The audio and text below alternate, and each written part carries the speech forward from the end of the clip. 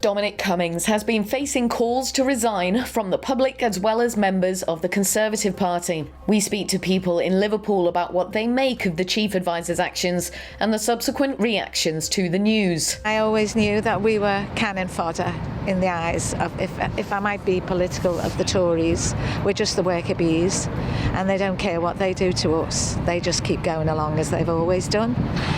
So I was very betrayed by it all. What a circus this has turned out to be, and who's actually gaining out of this?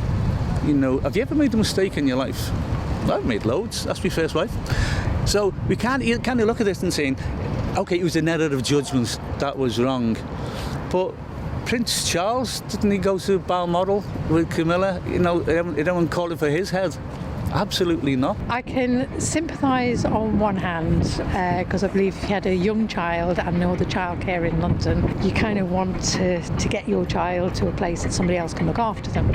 Whether there were alternatives as to how they actually did it, driving up themselves to Durham, I don't know. You don't know their personal sort of circumstances. Just yesterday, one of these soap shows where they were just testing, you know, the heat testing for the characters, but the crew weren't tested.